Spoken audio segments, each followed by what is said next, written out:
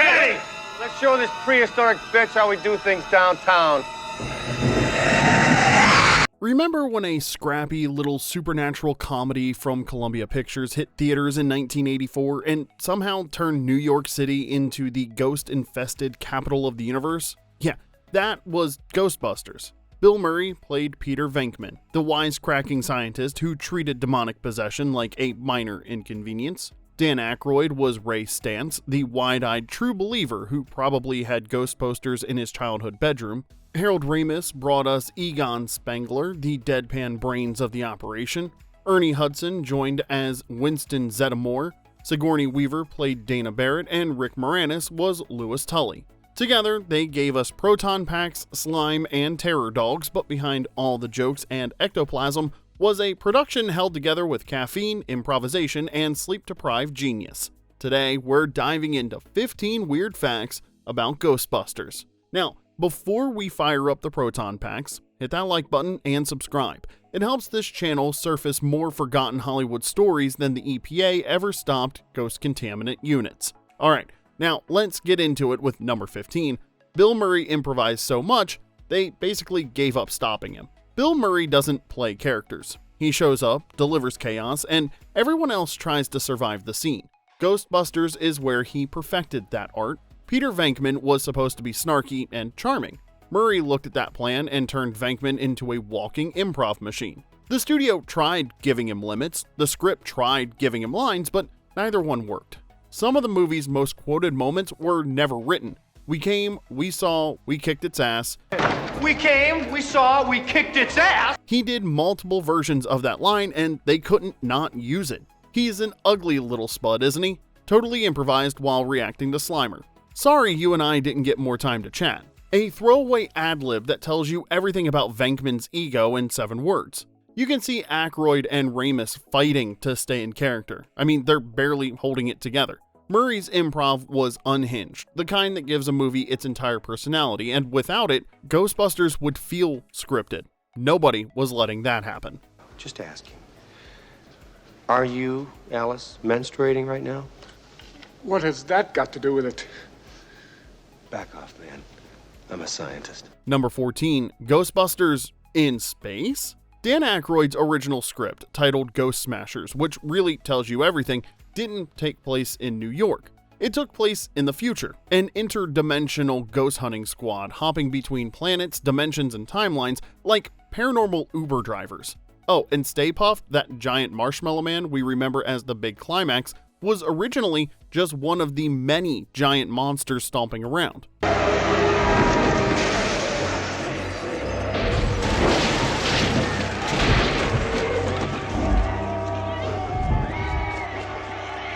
The script also featured an illegal ghost storage facility that explodes and creates a 25-kilometer sinkhole. So Ivan Reitman read all this, loved the concept, and asked one very reasonable question. Cool idea. You got $200 million lying around? This was 1983. A $200 million budget was like asking for the GDP of a medium-sized country. It was never happening. So Reitman pitched something wild. What if, and hear him out, the whole thing took place in modern-day New York? A story about guys starting a paranormal small business. Rent problems, cranky customers, a ghost exploding in a hotel hallway. Suddenly, it was funnier, cheaper, and way more grounded. Harold Ramis came in to reshape the characters, tighten the story, and keep all the sci-fi lore Dan Aykroyd loved. And just like that, Ghostbusters went from $200 million space opera to one of the most beloved New York comedies of the 1980s. Number 13, Ivan Reitman talked Columbia into a budget that should have been impossible. So once the new pitch of setting Ghostbusters in modern-day New York was approved, all the budget problems went away, right? Well, you'd be wrong. Reitman had convinced Aykroyd to ditch the interdimensional space opera. Ramis had come in to tighten the script, and the creative team was finally aligned. Now they just needed Columbia Pictures to write the check. Here's where Reitman pulled off his greatest producing trick ever, asking for the moon and getting it. When Columbia chairman Frank Price asked the obvious question, so how much is this gonna cost? Reitman didn't flinch. Around $25 to $30 million. Now, for context, that was 3 times the budget of Stripes. For a comedy, most studios would have laughed him out of the room, but Price said yes, and that yes was all Reitman needed. The moment they got the green light, Reitman and company floored it. Aykroyd and Ramis kept refining the script, effects teams started designing proton packs, ghost traps, and giant marshmallow men from scratch, a full special effects pipeline built in real time for a comedy that was now one of the most expensive that was ever greenlit. Reitman's gamble paid off so spectacularly that Ghostbusters became the highest grossing comedy of its time. Sometimes the best producing trick in Hollywood is knowing exactly how much you can ask for and having the nerve to ask. Number 12, Dan Aykroyd's ghost hunting family tree and his DIY demon lore. Ever wonder why Ghostbusters sounds so weirdly confident about all that paranormal jargon? Well, that's because Dan Aykroyd kind of did, at home, with his family. He doesn't just play a guy obsessed with ghosts, he comes from a whole dynasty of paranormal people. His great-grandfather was a documented spiritualist, his father wrote a book on ghosts, the family hosted seances, and most kids grew up with bedtime stories while Dan Aykroyd grew up with Ouija boards and light reading on ectoplasm. So when it came time to write Ghostbusters, he didn't have to invent the pseudoscience, he already spoke fluent paranormal nonsense. But here's where it gets fun. Zool and Vince Clortho, the demigod gatekeeper and keymaster with the world's worst meet cute, weren't pulled from real mythology.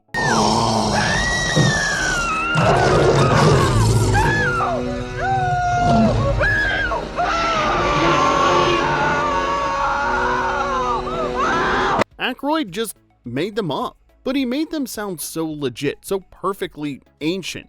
Everyone just assumed he dusted them off from page 742 of some obscure folklore textbook.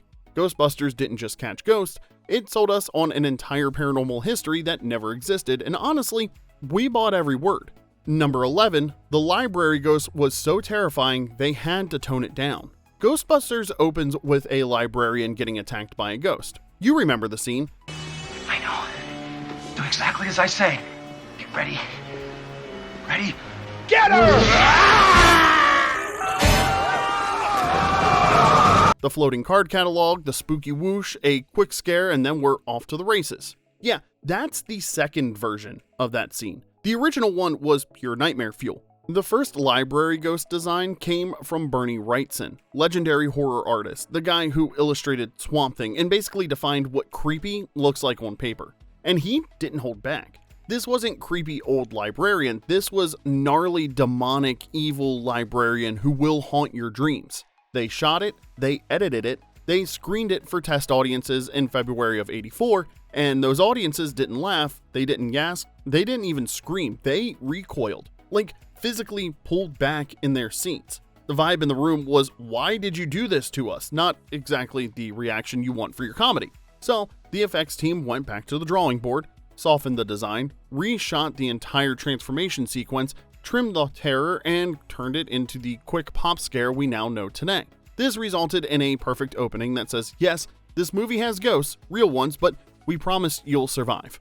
Number 10, Stay Puft took 3 performers and 50 gallons of shaving cream nearly killed a guy. The Stay Puft Marshmallow Man looks adorable. Giant, sugary Michelin cousin who wandered in from Candyland. Well,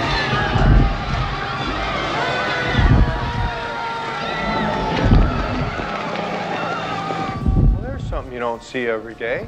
Tried to think of the most harmless thing. You wanted to hug him, you want to eat him, and you definitely don't want to be him. The suit was so huge and ran so hot that they needed 3 different performers rotating through it. Bill Bryan, who also helped design the costume, handled most of the strolling and the smiling, but whenever Stay Puft needed to stomp, burn, or explode, stunt pros Tony Cesare and Bill Couch Jr. tagged in. Turns out, causing the kind of destruction no charismatically pudgy dessert should be responsible for requires backup. And there wasn't just one suit either, they had to build 3. All of them heavy, all of them sweaty, and all of them barely ventilated marshmallow ovens with terrible visibility and worse mobility. But the real chaos came at the end, the marshmallow explosion.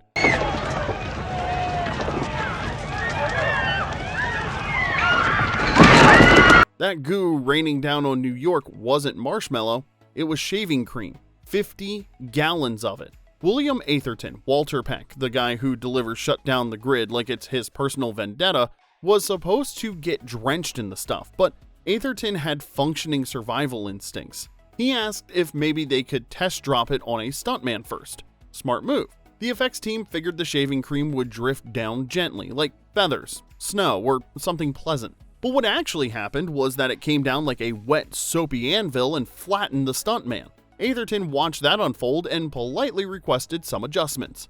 They thinned the mixture, lightened the load, and successfully avoided turning Walter Peck into Walter Pancake. Ernie Hudson later admitted the shaving cream gave the whole cast rashes after hours of filming in it. Hollywood magic at its finest, ladies and gentlemen. Sometimes it leaves a mark.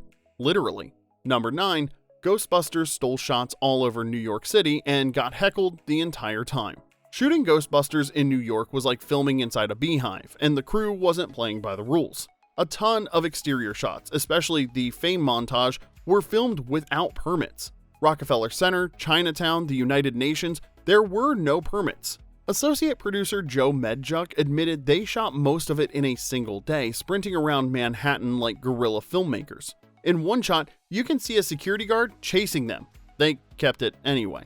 The big stuff was legit though. They got permissions to shoot in the New York Public Library's Rose main reading room, but only from 5 a.m. to 10 a.m. The entire library sequence had to be lit, shot, and wrapped in 4 hours. The real chaos came from locals though. New Yorkers wandered into shots, shouted at actors, and complained about traffic. One street preacher on Fifth Avenue was so loud, they reportedly had to pay him to pause. Ghostbusters had an actual line item for "make the guy with the megaphone go away," and then there was Bill Murray. Crowds would gather and heckle the cast, especially Murray, until he stopped whatever he was doing and told a few jokes. Imagine that. One of the most beloved comedians in America unable to complete a scene because some guy from Queens decided Murray owed him a private stand-up routine between takes. Murray would crack wise, the crowd would cheer, and the assistant directors would quietly lose their minds trying to keep the shoot on schedule. It was messy, loud, and gloriously authentic. That's why New York feels like a character. Number 8. Proton packs were so heavy the cast needed chiropractors on speed dial. Now, yeah, the proton packs, they look cool. That satisfying vroom when they fire up. Okay, all right. Oh, nice shooting, Tex. Very sleek, very heroic. Wearing one was a different story though. Think CrossFit with a side of sciatica. The Hero proton packs, the detailed ones with working lights and electronics, weighed 30 to 35 pounds. There were some crew members who swore the fully rigged versions were closer to 50 pounds. And at first, there were no lightweight versions. So the actors spent hours stomping around New York with mini refrigerators strapped to their spines and just had to deal with it. Bill Murray called the experience miserable. When he had to put one back on for Ghostbusters Afterlife, he upgraded his review to torture. She's uncrossing the street! Dan Aykroyd, who is usually cheerful about everything involving ghosts and the supernatural, quietly agreed. That's how you know it was bad. The cast turned the pain into a running joke. They'd finish a take, stare at each other like exhausted dock workers, and mutter, "Well, that was definitely the final take." It never was. Eventually, rubber stunt packs were made so everyone could stop slowly dying between shots, and by the time the 2016 reboot rolled around, the crew, learning from decades of Ghostbuster back trauma, built special chairs with ridges designed to hold the pack so actors could actually sit down without collapsing like overcooked spaghetti. Alright, quick pause because if you're enjoying this trip through haunted New York and Hollywood chaos, make sure to like and subscribe. It keeps this channel running longer than a ghost containment unit on backup power. Now let's get back to the countdown with number 7. Winston was supposed to be a major badass until the studio shrunk him overnight. Before Ernie Hudson ever put on a jumpsuit, Winston Zeddemore was meant to be a massive part of Ghostbusters. In the script Hudson auditioned for, Winston had a full backstory. He was a former Air Force Major demolitions expert, and if Eddie Murphy, the original choice for the role, had signed on, Winston probably would have had his own theme song and a chase sequence. Ray, when someone asks you if you're a god, you say yes! But the night before filming, Hudson got a new script. It was basically a ghost of the one he signed up for. Winston didn't show up until page 68. His elaborate backstory was gone, his big moments were gone, and his character arc was also gone. The studio decided to beef up the roles of the established all-stars, Bill Murray, Dan Aykroyd, and Harold Ramis, who were already comedy royalty and box office catnip. The message was clear. The studio was betting hardest on the SNL trio, and Winston got squeezed in the process. Winston got rewritten as the Everyman. Ernie Hudson has always been candid about how brutal the shift was, but still, despite all the rewrites, Winston became a fan favorite. He deserved more screen time, but Ernie Hudson took a sidelined role and made it indispensable, without a single ounce of ectoplasm on his dignity. Number 6, the theme song was so catchy it triggered a legal exorcism.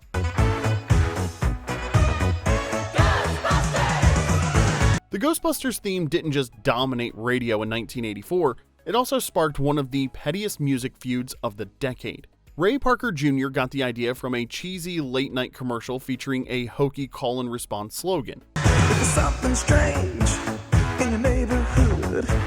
Lightbulb moment, who you gonna call? He sprinted back to the studio and had only a few days to deliver a finished track. Now, here's where it got spicy. The filmmakers had been using Huey Lewis and the News' I Want a New Drug as a temp track during editing. They even asked Huey to write the official theme. He said no. He was already committed to the Back to the Future soundtrack, so the producers handed Parker footage with Lewis's song playing in the background and said, "Make us something like this." Parker delivered. Running through your head. Who can you call? Ghostbusters! The song debuted at number 68 on the Billboard Hot 100 in June of 1984 and climbed to number 1 by August, staying there for 3 weeks. It even snagged an Oscar nomination. Freaky ghost, baby, you better call. Then Huey noticed the groove sounded a little too familiar. Lewis sued Parker and Columbia Pictures for plagiarism in 1985. The case was settled out of court for an undisclosed sum, reportedly around $5 million, with both parties signing a confidentiality agreement. Case closed, everyone moves on, right? Except in 2001, Huey appeared on VH1's Behind the Music and casually mentioned the settlement, something he was absolutely not supposed to do. Parker sued him for breaking confidentiality and won. According to Parker, he got a lot of money the second time around. Now, to this day, the song still says written by Ray Parker Jr. No credits changed hands, but the lawsuit became almost as legendary as the track itself. It's still a bop though, and it always will be. Who you gonna call? Ghostbusters! I can't hear you. Number 5, the title fight that created the real Ghostbusters. Now, before proton packs, the biggest battle in Ghostbusters history wasn't fought in New York, it was fought in a boardroom.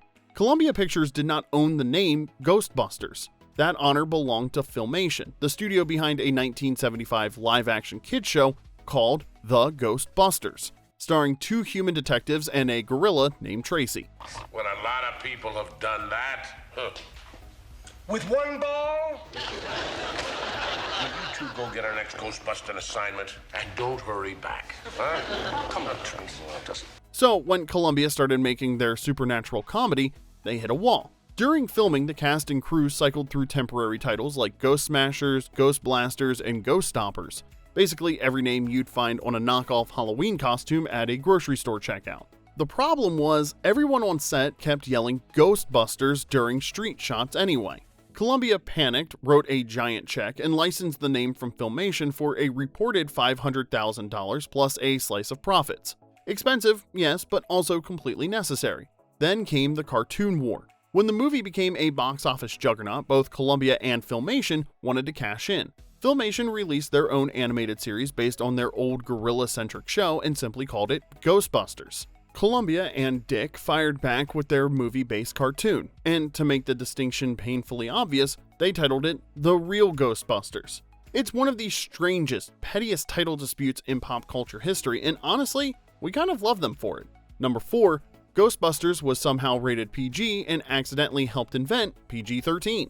In 1984, the MPAA had 3 settings: G, PG, and good luck, kids. Ghostbusters walked right into that chaos with demons, terror dogs, jump scares, a ghost who got way too friendly with Ray's stance. The rating was PG, bring the whole family. There was no PG-13 rating yet.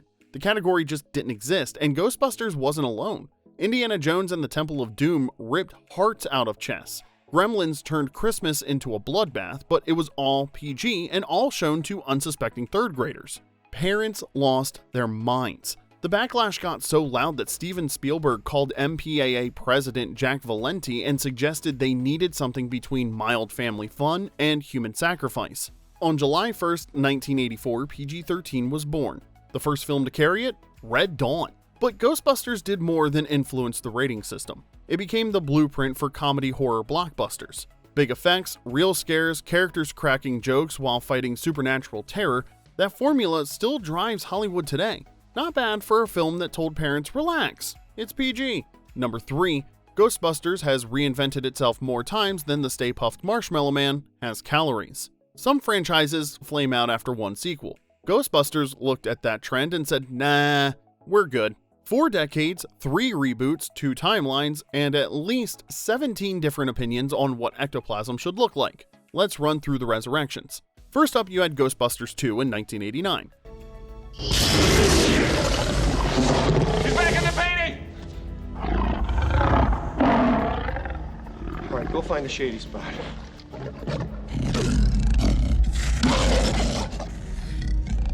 The original crew came back: Murray, Aykroyd, Ramis, and Hudson. They battled Mood Slime and a haunted painting named Vigo the Carpathian.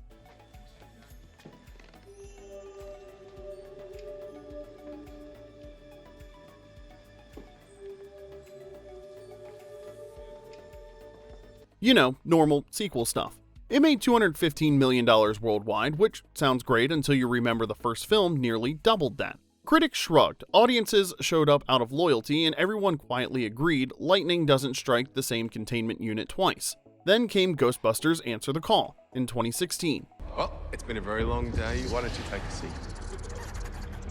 Please sit. Don't mind if I do.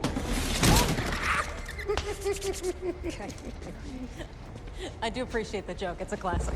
It was a full reboot, all-female team. Kristen Wiig, Melissa McCarthy, Kate McKinnon, and Leslie Jones, armed with new gear, a neon glow-up, and Chris Hemsworth playing a receptionist so aggressively clueless, it becomes its own special effect. It pulled $229 million on a $144 million budget, which in Hollywood math means didn't lose money, but nobody's throwing a parade. Critics liked it. A loud corner of the internet didn't. Sony moved on. Ghostbusters Afterlife landed in 2021 and went full legacy sequel. Egon's grandkids, McKenna Grace and Finn Wolfhard, discover Grandpa's ghost hunting gear in rural Oklahoma. Paul Rudd shows up as a seismologist / love interest / guy who eats mini Stay Puffs like popcorn. It earned $204 million during a pandemic, which is basically $400 million in normal years. Critics gave it a modest thumbs up. Audiences absolutely loved it, 94% approval. Nostalgia, it turns out, still prints money. And then finally, you had Frozen Empire, which dropped in 2024. Everyone came back to New York. Murray, Aykroyd, Hudson, Annie Potts, they teamed up with the Afterlife kids, plus Kumail Nanjiani and Patton Oswalt. It crossed $200 million globally and pushed the franchise past the $1 billion mark. Critics stayed frosty and audiences just didn't really care. 4 decades in, the franchise refuses to stay dead, and at this point, it might actually be a ghost itself. Number 2, Ghostbusters was screened with 70% of its effects missing, and audiences still loved it. Ghostbusters had one of the tightest production deadlines in Hollywood history. 13 months from greenlight to release. That's not a schedule, that's a dare. When the studio screened the movie for executives and test audiences, roughly 70% of the visual effects weren't finished. Instead of Slimer, viewers saw blobs of temporary animation. Instead of proton streams, they got scribbles and notes that literally said "beam here." Instead of terror dogs, they saw placeholders that looked like finals week sketches from a sleep-deprived art student. Audiences didn't care. They filled in the blanks and loved it anyway. Ivan Reitman said the screenings proved something important. The movie didn't need finished ghosts, it needed the Ghostbusters. The characters carried everything. Meanwhile, Boss Film Studios, created solely to make this movie by the way, was working around the clock inventing half the technology as they went. They finished just in time for release. Early audiences sat through 70% unfinished effects and cheered like it was already a masterpiece, because it was. Number 1, Rick Moranis and Sigourney Weaver basically rewrote their own characters. Now, here's a fun Hollywood secret. 2 of the most memorable characters in Ghostbusters weren't really in the script. I mean, they were, they just weren't those characters yet. First up, let's talk about Rick Moranis. Louis Tully, as written, was a generic nerdy neighbor. Fine, serviceable, forgettable. Moranis looked at that and thought, what if he's an accountant who genuinely believes explaining someone's tax shelter is flirting? So that's what he did. He improvised nearly all of Lewis's dialogue. That party scene, the one where he's cornering guests, telling them exactly what he paid for the salmon, making small talk about lease agreements like he's on a first date, was all one take. The crew just let the camera roll because interrupting Moranis mid-riff was apparently against union rules. Okay, it wasn't really, but it definitely should have been. Smoked salmon from Nova Scotia, Canada, $24.95 a pound. It only cost me $14.12 after tax, though. I'm giving this whole thing as a promotional expense. That's why I invited clients instead of friends. Second was Sigourney Weaver. Dana's possession by Zuul was already in the script. The terror dogs, the transformation, all of it. But Weaver wanted to show Reitman exactly how she'd play it. She walked into her audition and asked a question nobody was expecting. What if I play the possession like a dog? And then, before Reitman could respond, she climbed onto his coffee table, dropped to all fours, howled, started gnawing on a throw pillow, and just fully committed. Reitman was sold immediately. Her physical approach to the role shaped how the possession scenes would be performed. Feral, unhinged, and weirdly comedic. Can I talk to Dana? There is no Dana, only Zuul. What a lovely singing voice you must have.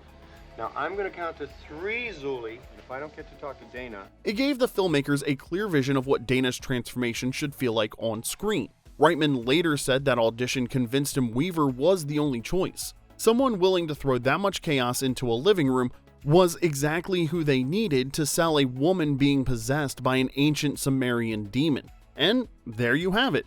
15 weird facts about Ghostbusters you probably never knew. Drop your favorite fact in the comment section below. We read them and sometimes respond too. Now, don't forget to like, subscribe, and hit that notification bell so you never miss a deep dive into the shows and movies that raised us, traumatized us, and left us quoting lines decades later. Until next time, just remember, this is Remember When.